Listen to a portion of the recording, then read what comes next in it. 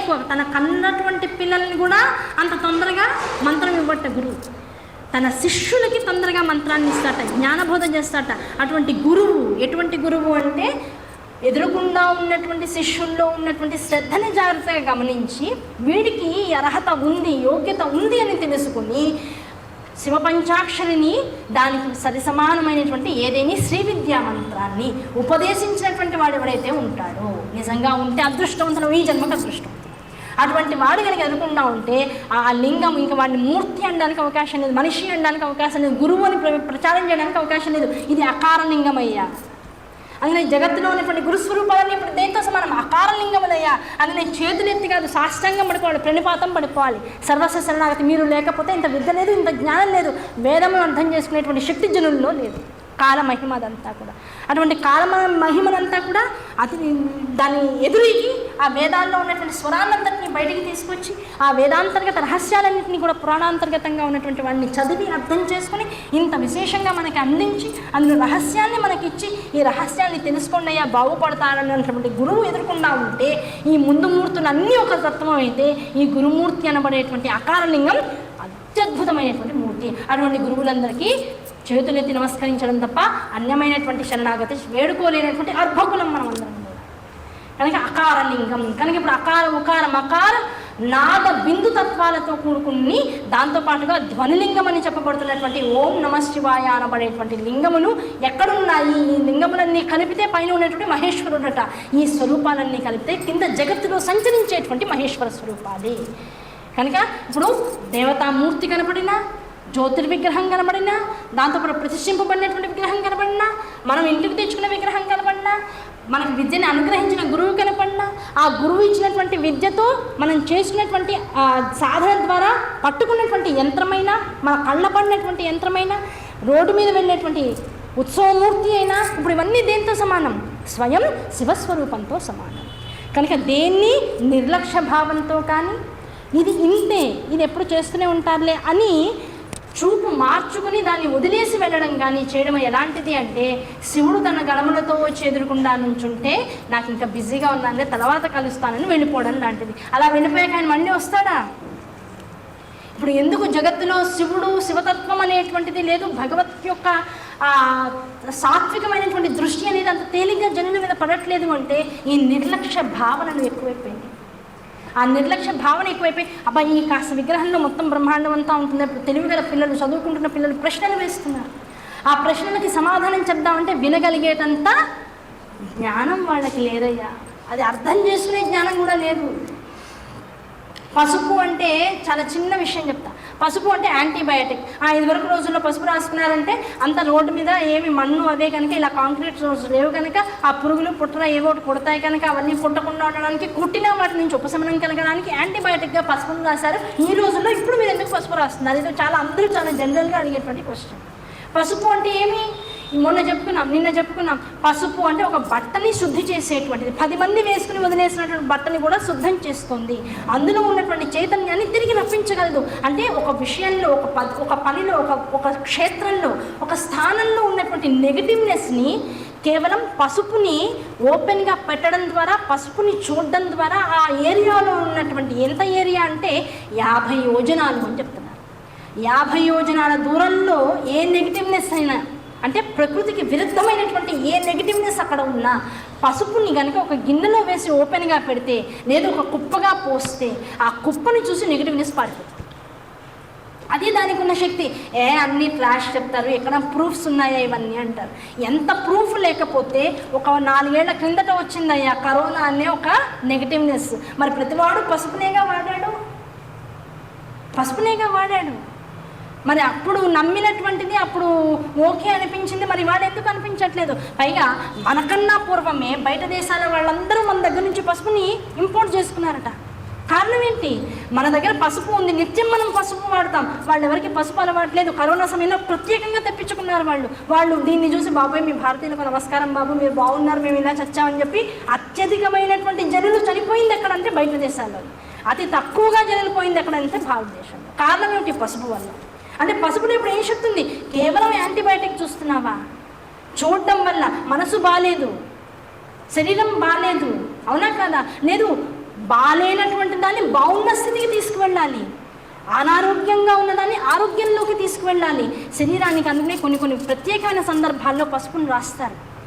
అవి ఇప్పుడు చెప్పుకోవడం అంత ప్రశస్తమైనటువంటి విషయం కాకపోయినా శరీరానికి, చర్మానికి సంబంధించిన రకరకాల బాధలు, రుగ్మతలు వస్తూ ఉంటాయి. 10 రోజులు 15 రోజులు సూర్యరశ్మికి దూరంగా పిల్లల్ని ఉంచుతూ ఉంటారు. లేదు శరీర సంబంధమైన ఇబ్బందులు ఉంటూ ఉంటాయి. ఆ ఇబ్బందుల్లోంచి పిల్ల మళ్ళీ అన్నీ తగ్గి బయటికి వచ్చిన తర్వాత కొన్నాళ్ల పాటు ఆ పసుపుని రోజు చేస్తారు. ఆ పసుపుని ఒంటికి రాయడం వల్ల ఏం కలుగుతుంది? పిల్లలు మొట్టమొదటిసారి పెద్ద మనుషులు అవుతారు, రజస్వలం వస్తుంది వాళ్ళకి. అది వచ్చినప్పుడు ఆ 4వ రోజు 5వ రోజు తప్పనిసరిగా పసుపుతో శరీరాన్ని అంతా అల్లుతారు. అయ్యో ఏం జరుగుతుందో తెలియదు, శరీరంలో జరిగే మార్పులు ఏంటో తెలియదు, ఇవన్నీ ఏం జరుగుతున్నాయి, పిల్ల భయపడిపోతూ ఉంటుంది. ఆ భయపడే పిల్లలోంచి ఆ భయాన్ని తీసేయాలి, పసుపు ఒంటికి రాయి. ఆ రంగుని చూసి చైతన్యంలోకి వస్తుంది. ఏం లేదమ్మా అని చెప్తారు అంతే. ఒకటి కళ్యాణ శోభ వచ్చింది, పసుపు రాయి, మంగళకరంగా ఉంటుంది. అవునా కదా? కనుక పసుపు కేవలం యాంటీబయాటిక్కా?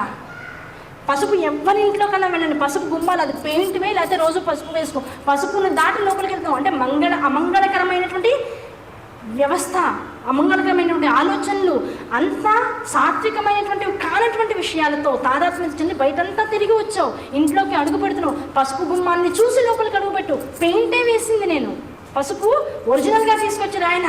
ఆ పసుపును చూసి లోపలికి ఎంటర్ అయ్యావు. పాతవన్నీ మర్చిపోయి కొత్త ప్రపంచంలోకి ఎంటర్ అవుతున్నావు.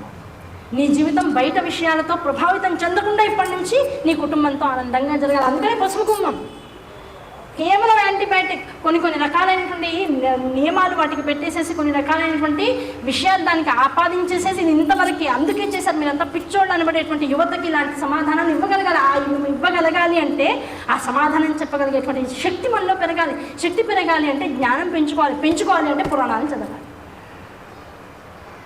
ఏదో చేశారు లేదా, ఏదో అన్నారు లేదా, ఏదో చేస్తే మంచిది అంటున్నారంటే శుక్రవారం నాడు రాగానే పసుపు రాకపోతే ఇవాళ పూజ చేయలేదా అని అడుగుతారని భయం కొద్దీ పసుపు రాసుకుంటారు. నిజం చెప్పాలంటే అంతమించి పసుపు రోజు రాకపోతే అయ్యో వీళ్ళకి సరైన సదాచారం లేదేమో అని ఎవరన్నా అనుకుంటారేమో, అందుకు పసుపు రాస్తాం. ఆ పసుపు చూడగానే ఇంట్లో ఎన్ని ఇబ్బందులున్నా, ఎన్ని రకాల మానసిక వ్యధలున్నా, ఎంత అనారోగ్యంతో శరీరం దస్సిల్లుతున్నా, ఏదో ఒక ప్రాంతం శరీరం మొత్తంలో ఆ పసుపుని అల్లుకోదగినటువంటి సరైన స్థితి కాళ్ళది. ఎందుకంటే అది ఇల్లంతా తిరుగుతూ ఉంటుంది. ఒక్కోసారి కాలి కింద వెంట్రుకలు పడుతూ ఉంటాయి, ఇంకోసారి నిన్న రాత్రి వదిలినటువంటి బట్టల యొక్క దారాలు తిరుగుతూ ఉంటాయి. పరమేశ్వరుడికి నైవేద్యం వండి పెట్టే సమయంలో అటువంటివన్నీ కాలి కింద పడితే అభావం వస్తుంది. కనుక అటువంటి అభావంతో పరమేశ్వరుడికి నైవేద్యం ఉత్కృష్టమైనటువంటి స్థాయిలో పెట్టడం కుదరదు. కనుక కాళ్ళకి సంచరించేటువంటి కాళ్ళు కనుక ఆ కాళ్ళకి పసుపును రాయడం వల్ల ఆ దోషాలన్నీ నివృత్తి చెంది అభావం పోతుందని కాళ్ళకి పసుపు. అయితే అదంతవరకైనా కాదు. ఆ పసుపుని చూస్తూ వంగి శరీరాన్నంతా ఉంచి కాలికి పసుపు రాసుకోవడం వల్ల ఆ పసుపుని తదేకంగా కనీసం ఇదొక 1/2 నిమిషం అదొక 1/2 నిమిషం చూడడం వల్ల రాసుకునే సమయంలో అంతకు ముందు ఇంట్లో జరిగినటువంటి గొడవల వల్ల కానీ, మానసిక ఇబ్బందుల వల్ల కానీ, నీకున్నటువంటి ఆర్థిక సమస్యల వల్ల కానీ మనసు విచ్ఛిన్నమై ఉంటే, ఒకవేళ ఎటువంటి వికారాలకైనా లోనై ఉంటే అంతకు పూర్వము ఈ పసుపు రాసుకోవడం వల్ల మనస్సు మళ్ళీ సాత్విక స్థితిలోకి వస్తుంది. ఆ నెగిటివ్నెస్ పోతుంది. అది చూసిన తర్వాత మనస్సు చైతన్యాన్ని పొందుతుంది. ఆ చైతన్యం పొందిన మనస్సుతో మళ్ళీ ఉద్యుక్తురాలివి పరమేశ్వర ఆరాధనలో. అప్పుడు నీకు కలిగిన భావాలన్నీ ఆయన తీసేసి నీలో చైతన్యాన్ని నింపుతాడు. పసుపు యొక్క గొప్పతనం ఇది చెప్పాలంటే వారం రోజులు జరుగుతుంది. Only antibiotic. పిల్లలందరికీ అర్థమైంది, అది అందరినైంది. యాంటీబయాటిక్. ఇప్పుడు ఎందుకు రాస్తున్నారు అంటే రోగం వచ్చినప్పుడే రాసుకోవాలని పసుపుకి ఒక ట్యాగ్ లైన్ పెట్టేశారు. కరోనా వచ్చినప్పుడు మళ్ళీ రావాలి, కరోనా జరగాలి, మళ్ళీ చెల్లిపోయింది మళ్ళీ అని కరోనా మళ్ళీ వస్తుంటే అప్పుడు యువతంతా మళ్ళీ పసుపు వాడుతూ ఉంటారు. ఎంతవరకైనా వాళ్ళకి అర్థమైంది అంటే ఇలాంటి వాటిని తర్వాత చెప్తాడు. దున్నపోతు అని ఒక వర్డ్ ఉంటుంది. అది యాక్చువల్గా మనం ఏం చేస్తాం అంటే జగత్తులో తిట్టడానికి ఉపయోగిస్తూ ఉంటాం. చిన్నప్పుడు మా పిల్లల్ని బాగా తిడుతూ ఉండేదాన్ని దున్నపోతు ద్వారా. ఒకసారి మా చిన్నమ్మాయికి బాగా కోపం వచ్చింది. ఏడుస్తుంది, 4 ఏళ్ళ 5 ఏళ్ల పిల్ల. ఏంటి మమ్మీ అన్నిసార్లు దున్నపోతాం, నన్ను ఏమన్నా దున్నపోతున్న ఫ్యామిలీ నాన్న నన్ను అడిగింది. అప్పుడేం సమాధానం చెప్పాలో అర్థం కాదు. ఆ సమాధానం ఎప్పుడు మేము అది దాదాపు వారానికి ఒకసారి అనుకుంటూ ఉంటాం. చిన్నదలా అని అది నిత్యం అనుకోవడం వల్లేమో నిన్న నాకు సమాధానం జరుగుతుంది శివపురాణంలో. నిజంగానే అందరం దున్నపోతున్న ఫ్యామిలీ. ఎందుకనే తర్వాత చెప్తా, వస్తుంది, అది కూడా వస్తుంది చెప్తా. కనుక ఇప్పుడు దున్నపోతు అని తిడుతూ ఉంటాం. ఆ దున్నపోతుని ఎందుకు తిడతాం? వేదవాక్యాలని, పురాణం చెప్పిన విషయాలని, గురువులు చేయమని చెప్పిన దాన్ని, సదాచారం దేన్నైతే ఆచరించమని ఉన్నదో దాన్ని ప్రశ్నించేవాడు, దాని గురించి రటమతంగా మాట్లాడేటువంటి వాడు శివపురాణాంతర్గతంగా దున్నపోతుగా పిలువబడతాడు. No doubt. ఎదిరించి ప్రశ్న వేయడం, ఇది ఇలానే ఎందుకు ఉండాలి, అలా ఎందుకు ఉండకూడదు అనేటువంటి ఆలోచన వాడి మనసులోకి రావడం. ఇదంతా ట్రాష్ అనేవాడు. వేదాన్ని చదువుతూ, రామాయణాన్ని చదువుతూ, భారతాన్ని చదువుతూ, భాగవతాన్ని చదువుతూ, భగవద్గీతను చదువుతూ, అందులో ఇప్పుడు ఏమైపోయిందంటే కొన్ని పుస్తకాలు కొన్ని విశేషమైనటువంటి గ్రూప్స్కి డివైడ్ అయిపోయి కొన్ని విశేష మతాలు వచ్చాయి. హైందవంలోనే విశేష మతాలు వచ్చాయి. ఇదివరకు శైవము, వైష్ణవము ఇలాంటి కొన్ని ఉంటే ఇప్పుడు అంతకన్నా కూడా కొంత కలి ప్రభావంతో కొన్ని రకాల మతాలు వచ్చేసాయి. ఆ మతాల వాళ్ళు భగవద్గీతని, రామాయణాన్ని, భాగవతాన్ని కూడా వక్రీకరిస్తున్నారు. ఆ వక్రీకరించినటువంటి వాంగ్మయాన్ని చదివి ఇగో ఇందులో వీళ్ళు ఇలా చెప్పారు, అన్నీ తెలిసినటువంటి ఋషులు చెప్పినటువంటి అసలు భగవద్గీత, అసలు వాంగ్మయము, అసలు భారతము ఇలాంటి వాటన్నింటిని ఉంది, వాటిని వీటిని కంపేర్ చేసి వాటిని ప్రశ్నిస్తూ వేదానికి అతిరిక్తంగా మాట్లాడే వాళ్ళు ఎక్కువ మంది అయిపోయారు. దీనివల్ల ఏం జరుగుతుంది? అధర్మము వ్యాప్తి చెందుతుంది. దాంతోపాటు ఆస్థేయం అనబడేటువంటిది సన్నగిల్లుతుంది. భగవత్ ప్రేరణ లేనటువంటి ఇప్పుడు పిల్లలు ఏమంటారంటే చాలామంది అంటుంటారు, ఎందుకు ఇన్నిసార్లు ప్రస్తావన చేస్తున్నానంటే చెప్పాలి. ప్రతి వాళ్ళు అంటుంటారు, మేము ధర్మం చేస్తామమ్మా, ఎవరిని బాధ పెట్టాం, మాకు తోచినంత మేము ధర్మం చేస్తూ ఉంటాం, అంతేగాని గుడికి రా, నమస్కారం పెట్టుకో, ఇవన్నీ అంటే మేము వినాం, మాకు అవసరం లేదు దేవుడు, మేము మనుషుల్లోనే దేవుణ్ణి చూస్తూ ఉంటాం. నిజంగా మనుషుల్లో దేవుణ్ణి చూస్తే ఈ ప్రపంచం మళ్ళీ త్రేతాయుగానికో లేకపోతే కృతయుగానికో వెళ్ళిపోయేది. ఎందుకు వెళ్ళట్లేదు? ఎందుకు ఇంకా ఇలాగే ఉన్నాం? నిజంగా యువతంతా పట్టుదలగా నువ్వు దేవుణ్ణి నమ్మద్దు, గుడికి రావద్దు, మొత్తం ధర్మాన్ని ఆచరించు, వేదము చెప్పిన ధర్మాన్ని ముందు తెలుసుకుని ఆచరించడం మొదలెడితే దేవుడికి నమస్కరించక్కర్లా, మొత్తం దేవుడిగా మనమే ప్రజ్వలంగా వెలిగిపోతూ ఉంటాం. ఆ వెలుగేది? అందరం అంధకారంలోకి వెళ్తుంటే నీకు ధర్మం అంటే తెలీదు. ఫస్ట్ ఆఫ్ ఆల్ నీకు నచ్చింది ఎదుటివాడు చేసిన దానిలో తప్పుని మాత్రమే ఎలాగలా బయటికి తీసుకురావాలని పెద్దవాళ్ళు చేసే విషయాన్ని కేవలం చెప్తున్నావు. నీకు నచ్చిన ఒక విషయాన్ని పట్టుకుని వేలాడుతున్నావు. ఆ ఒక్క విషయాన్ని సంపూర్ణంగా చేస్తున్నావా? చేసే స్తోమత శక్తి కూడా నీకు లేవు. ఎలా చేయాలో కూడా జ్ఞానం నీకు లేవు. ఆ లేనటువంటి స్థితిలోనే మంచి దాన్ని వేలెత్తి చూపించినందుకు ఏమవుతుంది? జడములు ఉత్పన్నమవుతున్నాయి. నీకు పుట్టే పిల్లలందరూ జడ పదార్థాలుగా పుడుతున్నారు. నువ్వే ఇలా ఉంటే రేపొద్దున ఆస్తేయము ఇంకాస్త సన్నగిలిపోతుంది. ఆస్తేయం తగ్గిపోయిన కొద్దీ అవుతుంది ప్రపంచంలో భగవంతుడు అనేటువంటి నమ్మకం సన్నగిలిపోతుంది. భగవంతుడు లేనటువంటి నమ్మకం లేదు. అందుకనే పరమేశ్వరుడు ఏ వాహనం మీద ఉంటాడు? వృషభ వాహనం మీద ఉంటాడు. వృషభం దేనికి సంకేతం? ధర్మానికి సంకేతం. ధర్మం పట్టుకున్నానంటే అంటున్నావు పరమేశ్వరుడు వైపుకు వెళ్ళు, పరమేశ్వరుని చూపిస్తుంది ధర్మం. నంది ఏం చూపిస్తుంది? ఎటు చూస్తుంది? పరమేశ్వరుణ్ణే చూస్తుంది. అంటే ధర్మాన్ని పట్టుకుని ధర్మ మార్గాన్ని అనుసరించిన వాడికి దర్శనం ఎవరిది అవుతుంది? పరమేశ్వరుడిది అవుతుంది. అంతే తప్ప ధర్మాన్ని పట్టుకుంటాను పరమేశ్వరుడు వద్దు అంటే నంది ఎడంకాలతో తంతాడా? కనుక పిల్లలందరికీ చెప్పాల్సింది ఏమిటంటే అసలు ముందు నీకేం తెలుసు, నీకేం తెలియదు. ఆ తెలిసిన దాన్ని ఎలా తెలుసుకున్నావో చెప్పు. తెలియంది ఎలా చెప్పాలో నేను చెప్తాను. పురాణాన్ని ఎదుర్కొండా పెట్టుకుంటే ఎన్ని పర్సనాలిటీ డెవలప్మెంట్ క్లాసెస్ అయినా తీసుకోవచ్చు. దీనికోసం వాక్ చతురత అక్కర్లేదు. ఉన్నట్లుగా యథాతథంగా చెప్పినా పిల్లల్ని మార్చాలా? కాదు. మార్చడం అనేటువంటి దానికన్నా కూడా ముందు మనం ఆచరణలోకి తేవాలి. అసలు మనం ఏది ఎందుకు చేస్తున్నాం?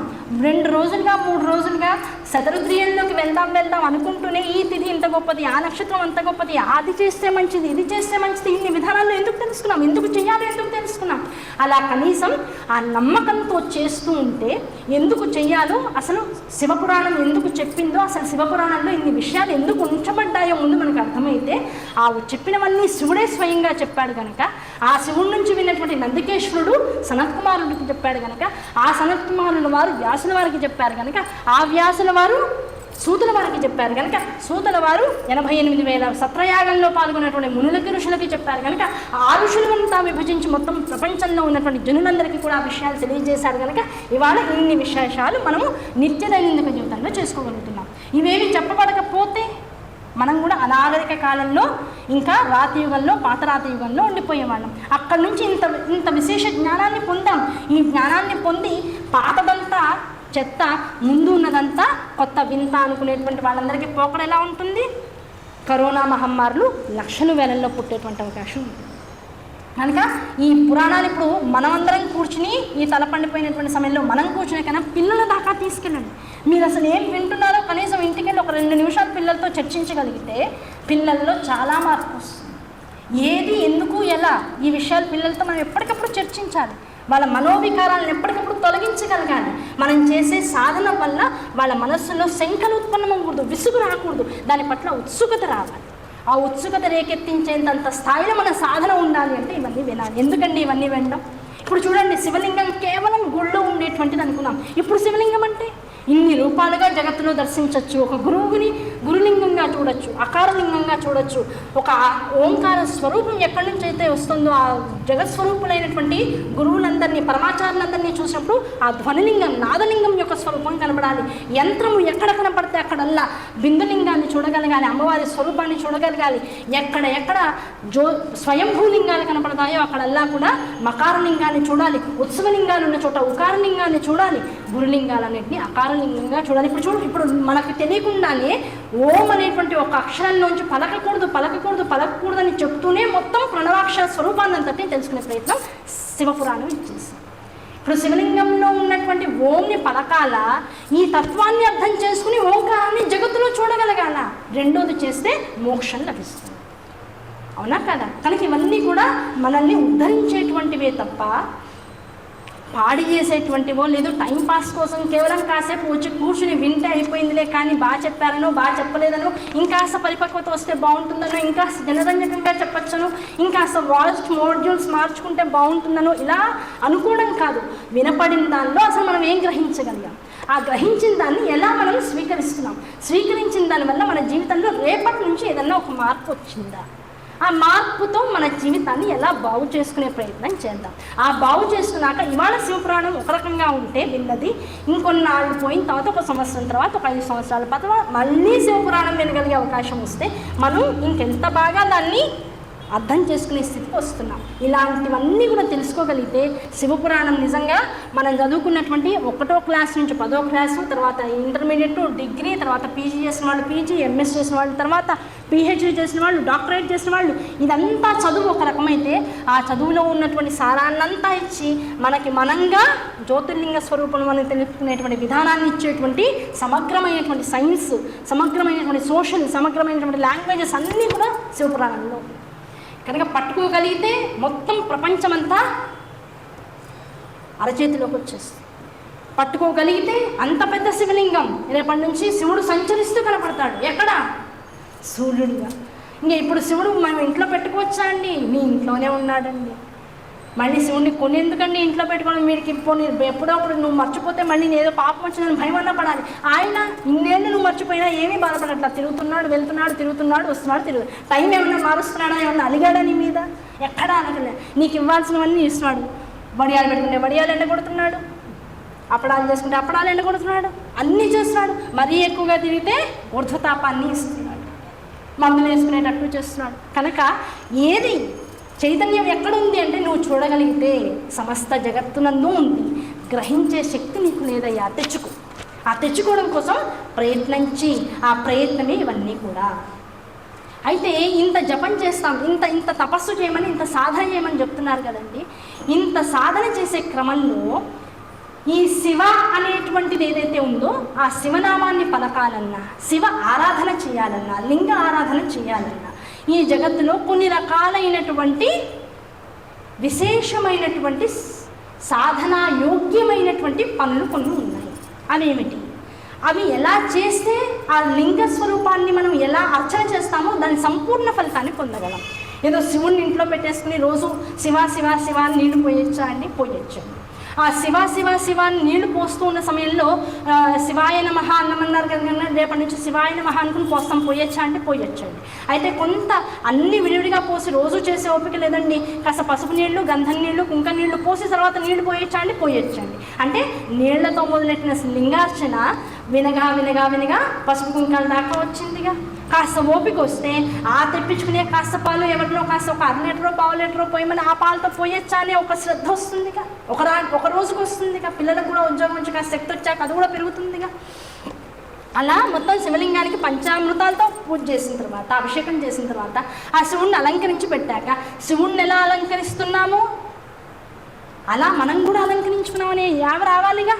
శివుడికి చక్కగా అభిషేకం చేస్తున్నాం, శివుడే సర్వస్వం అనుకుంటున్నాం. ఇప్పుడు ఆ శివుడే నాలో నాలో కూడా ఉన్నాడుగా, ఆ శివుడికి రోజు భస్మం రాస్తున్నాను. ఇప్పుడు ఆ భస్మధారణ నేను కూడా చేస్తే, శివ పూజని చేసేటప్పుడు, లింగ పూజని చేసేటప్పుడు ఎటువంటి శ్రద్ధతో, ఎటువంటి భక్తితో పూజను చేస్తూ ఉంటామో వాటిలో కొంత భాగం ఉంటుంది అని చెప్తున్నాడు. ఆ కొంత భాగం ఎలా పెరుగుతూ ఉంటుంది, నువ్వు భక్తితో చేయి, శ్రద్ధతో చేయి, సంపూర్ణ ఫలితం ఎలాగో శివుడిస్తాడు.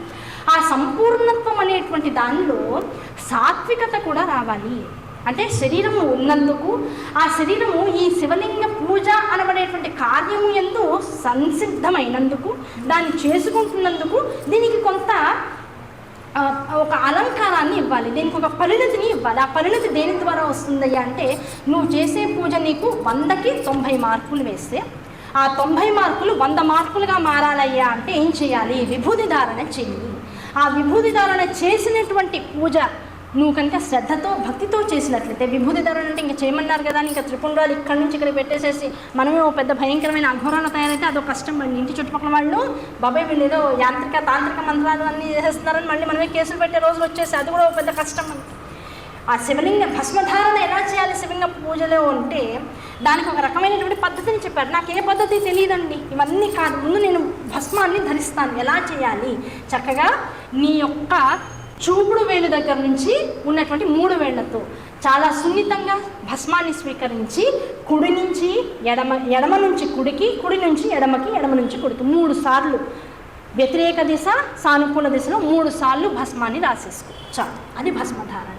అటువంటి భస్మధారణ సృష్టి, స్థితి, లయ, ఎందులోంచి వచ్చామో అందులో ముందుకు నడుస్తూ అందులోనే మళ్ళీ లయిస్తున్నాం అని మళ్ళీ వేల్ని బయటికి తీయకుండా, ఇంకా త్రిపుండ్రాలు ధరించే పద్ధతులు చాలా ఉన్నాయి వేదాంతర్గతంగా.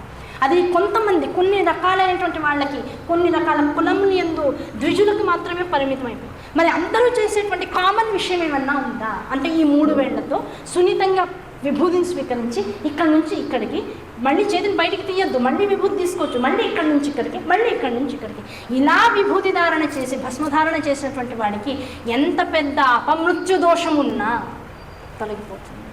ఇంకెంత మించి ఏం కావాలి? నువ్వు నమ్మి చేయి చాలు, విభూతి ధారణ చేయి. ఈ విభూతి నా రాకని మారుస్తుంది అనుకో. అందుకని చెప్తారు, అయ్యా శివుడికి శరీరం అంతా విభూదేనండి. కారణం ఏంటి? ప్రతిసారి లయం చేసుకుంటాట, లయం చేసుకుని మొత్తం తనలోకి తీసేసుకుంటాట. మరి లయం చేసిందంతా దగ్ధమవుతుంది కదా, దగ్ధమైనటువంటి దాన్ని తనలోకి తీసుకుంటుంటే, చిన్నపిల్లలకి పాలు కలుపుతుంటే తల్లి పక్క నుంచి నాకు బూస్ట్ కావాలంటాడు వాడు. ఆ కలిపేది పౌడర్ కావాలి వాడికి, ఇష్టం వాడికి. ఆ తినరా వద్దురా అంటుంది తల్లి, అయినా సరే అమ్మ కొద్దిగా అంటే పాపం చిన్న స్పూన్తో ఇస్తుంది. ఆ తినేది నోట్లో కొంచెం